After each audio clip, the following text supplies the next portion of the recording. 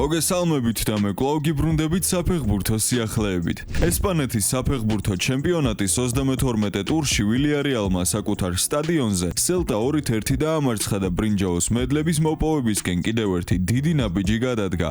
ყვითელმა სუბმარინამ უშუალო კონკურენტის ატლეტიკო სელჩესთან მოულოდნელი მარცხი კარგად გამოიყენა და მეოთხე პოზიციაზე მყოფ მადრიდელებთან ქულათა სხვაობა 5-მდე გაზარდა. გიორგი მიქაუტაძე ვალენსიური გუნდის ძირითად შემადგენლობაში იყო და 95 წუთზე მარსელინომ პერესიც შეცვალა. ქართველი ფორვარდი განსაკუთრებით აქტიური არ ყოფილა და არც გატანილ გოლებში მიუღია მონაწილეობა. თუმცა დასამახსოვრებელი მომენტები მაინც ჰქონდა. პირველი ტაიმის ბოლოს ის სუპერ გოლთან ახლოს იყო, როდესაც მეკარის წინ გამოსვლით უნდოდა ესარგებლა, თუმცა მისი დარტყმა მცირედი თუ ზუსტო აღმოჩნდა. მეორე ტაიმში კი ნიკოლას პეპეს გადაცემით შეეძლო გატანა, თუმცა მეკარეს ვერ აჯობა. ცნობისთვის 33 ტურში დაგროვებული 65 ქულით ვილიარეალი ლა ლიგის სატურნირო ცხრილში მესამე ადგილზეა.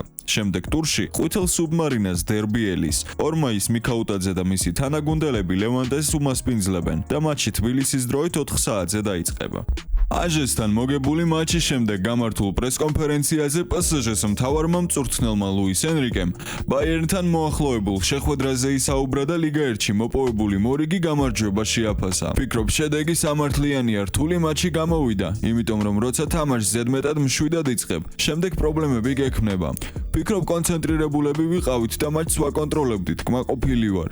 გეთანხმებით რომ ახლა კარგ ფორმაში ვართ, მიუხედავად იმისა თუ ვინ თამაშობს და ვინ რჩება თადარიგში. თამაშის დონე მაინც არ ეცემა.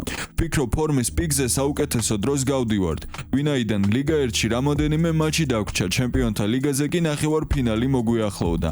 მზად ვართ და გვინდა ამ მომენტით დავტკბეთ. ვინი თამაშობს ბაიერნთან ძირითადში? მათთვის ინფორმაციის გაზიარებას არ ვაპირებ. ყველა ფეხბურთელი მზადაა და მოუთმენლად ველოდებით ნახევარფინალს ევროპის ერთ-ერთ საუკეთესო გუნდის წინააღმდეგ. ტურნირის მოქმედი გამარჯვებულები ვართ, ამიტომ გავიმეორებ, მოუთმენლად ველოდებით ამ მატჩს. 30 მატჩის შემდეგ PSG სატურნირო ცხრილს 69 ქულით ლიდერობს, უახლოეს მდევარ ლანს კი 63 ქულა აქვს. მომდევნო ტურში ორმაის ხვიჩას გუნდი ლორიანს უმასპინძლებს, მანამდე კი ჩემპიონთა ლიგის ნახევარფინალში საკუთარ კედლებში ბაიერნს მიიღებს. ეს შეხვედრა 28 აპრილით თარიღდება. ბრიტანული გამოცემა Talksport Paris Saint-Germain-ის ქართველი შემტევის ხვიჩა კვარაცხელიას შესახებ წერს. გამოცემის ჟურნალისტის პიერიკ ლევალიეს ინფორმაციით საქართველოს ნაკრების კაპიტანის საკუთარ რიგებში ხილვა პრემიერ ლიგის რამოდენიმე კლუბს, მათ შორის ნიუკასლსაც სურს. საქმე ისაა, რომ დიდი ალბათობით ზაფხულში St. James Park-ს კაჭკაჭების ერთ-ერთი ლიდერი ენტონი გორდონი დატოვებს. მის სანაცვლოდ მიღებულ ფულს კი ნიუკასლი კვარაცხელიას შესაძენად გეგმავს. თუმცა Talksport-ის ცნობით პარიზული კლუბის ხელმძღვანელობას მტკიცედ აქვს გადაწყვეტილი, რომ მომდევნო სეზონში კვარაცხელია კვლავ Parc des Princes-ზე დარჩეს. ამიტომ როგორც პიერიკ ლევალი აღნიშნავს, პარიზელები კვარაცხელიასთან დაკავშირებით ყველა შეთავაზებას დაბლოკავენ. ცნობისთვის მიმდინარე სეზონში ხვიჩას ანგარიშზე 16 გოლი და 9 საგოლე პასია. ბრუნო ფერნანდესმა უკანასკნელ ინტერვიუში განაცხადა, რომ სურს კრიშტიანო რონალდუმ თავისი სანაკრებო კარიერა იდეალურად დაასრულოს. მსოფლიო ჩემპიონატის მოგებით, როგორც ეს 4 წლის წინ მესიმ შეძლო.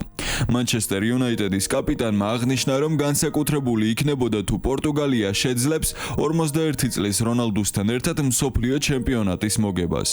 ამ ბოლო მსოფლიო ჩემპიონატის მოგება კრიშტიანოსთან ერთად საოცარი იქნებოდა. ძალიან დიდი იმედი მაქვს, რომ ეს მოხდება. არა მხოლოდ პორტუგალიისთვის, არამედ იმისთვის, რაც კრიშტიანომ გააკეთა ფეხბურთისთვის და მსოფლიოსთვის.